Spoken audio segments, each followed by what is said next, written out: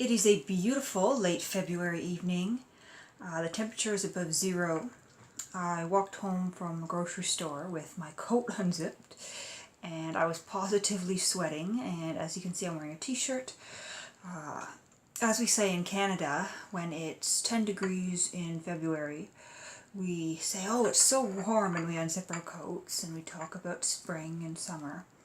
When it's 10 degrees in fall, we talk about how cold it is and we shiver and we put on our scarves and mittens. This is a new teacup I picked up at the thrift store today, and I'm just going to wipe this lipstick off that I just ended up putting on there so that you can see the nice floral design. It was $1.99, and it's got a couple of roses there, a red rose and then a wild rose as well. It's pretty small, but I've been looking for another kind of delicate teacup to use when I'm drinking out of my teapot. They were having some pretty good sales today when I popped in on my way home from work, and so I picked up this teacup and 10 books. 10 books, $10. Seemed like a good deal to me. So let me set my tea aside and I will show you my books. So first here I have Portrait in Brownstone by Louis Auchincloss? Let's pretend I know how to pronounce that. It's in this cute little Dell edition, cost 60 cents originally. I do enjoy grabbing these vintage paperbacks when I see them, especially when they're in good condition like this one.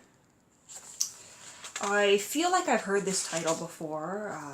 This particular edition was published in '62, but I don't really know what it's about, and I've certainly never read it or seen it in a bookstore before.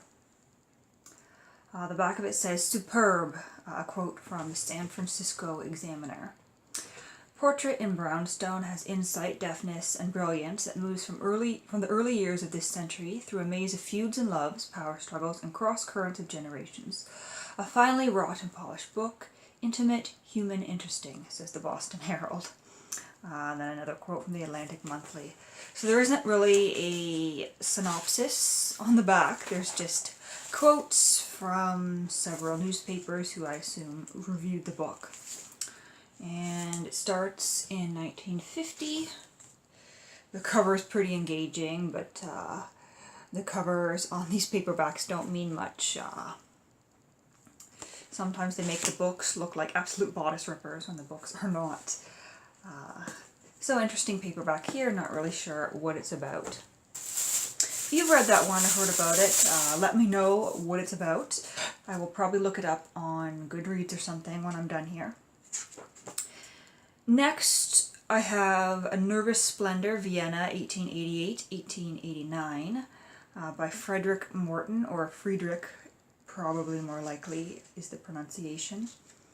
Publishers Weekly says it's a lush, beguiling, and charming as Emperor's Waltz. Riveting, says the New York Times. This is a Penguin edition. We've got this pretty cover page here. And the back of this one actually does have a synopsis. On January 30, 1889, at the champagne-splashed height of the Viennese carnival, the handsome and charming Crown Prince Rudolph fired a revolver at his teenage mistress and then at himself. The two shots that rang out at Meyerlin in the Vienna woods echo still. Friedrich Morton, author of the best-selling Rothschilds, deftly tells the haunting story of the prince and his city where, in the span of only 10 months, the Western dream started to go wrong. In Rudolph's Vienna moved other men from striking intellectual and artistic talents and all as frustrated as the prince. Maybe it's just me, but that sentence didn't make sense.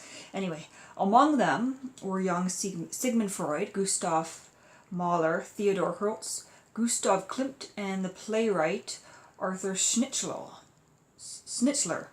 I haven't heard of any of those except for Freud, whose La Ronde was the great erotic drama of the fin de siècle. Morton looks at these and other gifted young men, interweaving their fates with that of the doomed prince and the entire city through to the eve of Easter, just after Rudolph's body is lowered into its permanent sarcophagus and a son named Adolf is born to Frau Clara Hitler. Yeah, so that sounds like a fairly interesting book here. We've got some black and white photographs spread throughout here. I bought this mainly on the fact that it's a penguin, and this looks like quite an exciting cover here. Next, I have a Penguin Classics, Puffin Classics rather, edition of Black Beauty by Anna Sewell, with an introduction by Meg Rosa. I have not owned a copy of this in many years, but it's a book I enjoyed as a child. I had a blue cloth-bound hardback that I greatly regret getting rid of. I haven't read it in years, but I would like to reread it, and so I saw this and I threw it into my bag. Next we have a Serenade romance, Love's Perfect Image by Judy Bayer. I thought this very 80s cover was quite interesting. I do recall reading a few of these Serenade romances when I was a teenager, when I was in middle school. And so this was too good not to pass up. I thought I would revisit some of that, maybe have a laugh, because I'm sure it's quite ridiculous and bad.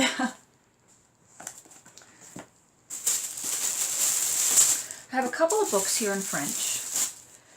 I think I mentioned in one of my previous videos that I do hope to work on my French in the future. I'm nowhere near at the stage where I can read these, but for $1 each, first two books of the Princess Diaries series by Meg Cabot. And they are kind of YA books that I can definitely see myself tackling at some point in the future, not tomorrow, but maybe a few months from now, a year from now. So I've got these kind of as motivation. I think I've read the first book in this series and possibly the second in English. I wasn't really too taken with them at the time. I think I came to them too late in my reading. I was already kind of too old for that kind of story, and I know some people say, oh, you're never too old for YA, but I think for this type of kind of cheesy young adult romance, I personally was. So I've got those. Then I found a D.H. Lawrence, The Virgin and the Gypsy. Nice little Batum book edition. Not very long, a light read, probably something I will throw in my bag and read over my lunch break. Not familiar with this title. Yvette's heart gave a jump. The man in the cart was a gypsy, one of the black, loose-bodied, handsome sort. He remained seated on his cart, turning around and gazing at the occupants of the motor car from under the brim of his cap, and his pose was loose, his gaze insolent in its indifference. He had a thin black mustache under his thin straight nose and a big silk handkerchief of red and yellow tied around his neck. So it sounds like a little romance. Once again, if you read this, let me know if it's good. So I've got that one, and there's 3 more here. I came across another kind of children's or young adult mystery. This is a Kay Tracy mystery called The Strange Echo. Spooky Sounds in the Hills beckon Kay on a dangerous mission by Frances K. Judd. This is actually a paperback.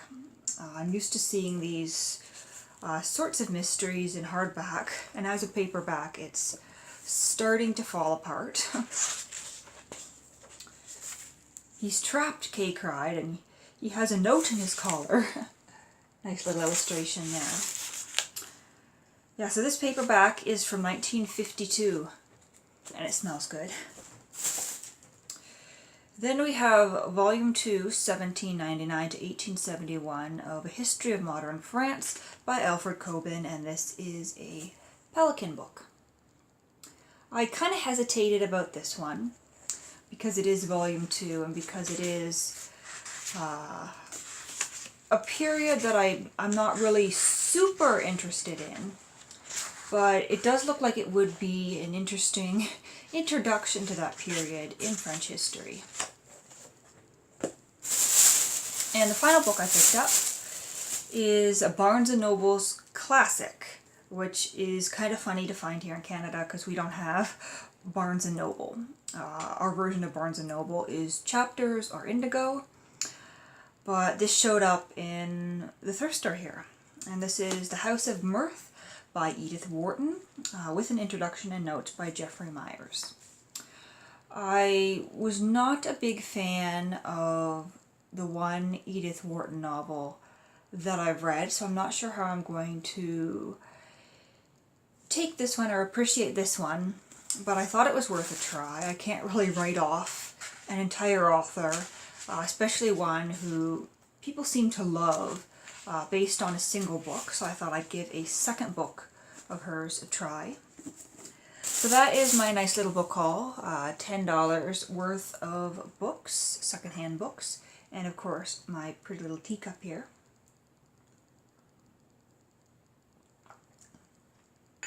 And I think I will probably read for the rest of my evening before I go to bed and go to work tomorrow, where we are having a staff potluck at lunch.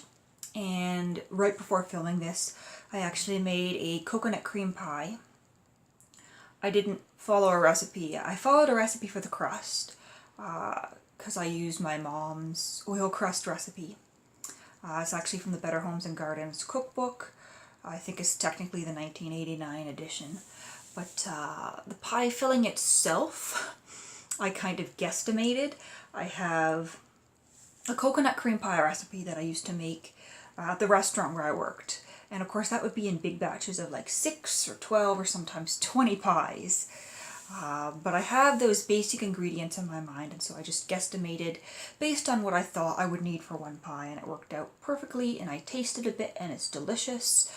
And I forgot to buy the Cool Whip, the whipped cream, when I was picking up the coconut and the eggs and the milk that I would need to make it. So I had to go back out after I'd finished the pie and get the whipped cream. I went with the Cool Whip. I do prefer real whipped cream, but when you're serving a pie to other people and you want it all nice and pretty, it's a lot easier to have the Cool Whip, because that won't kind of melt and go runny after you put it on. It looks nicer and it's just easier to serve. Anyway, hope you all have a lovely evening.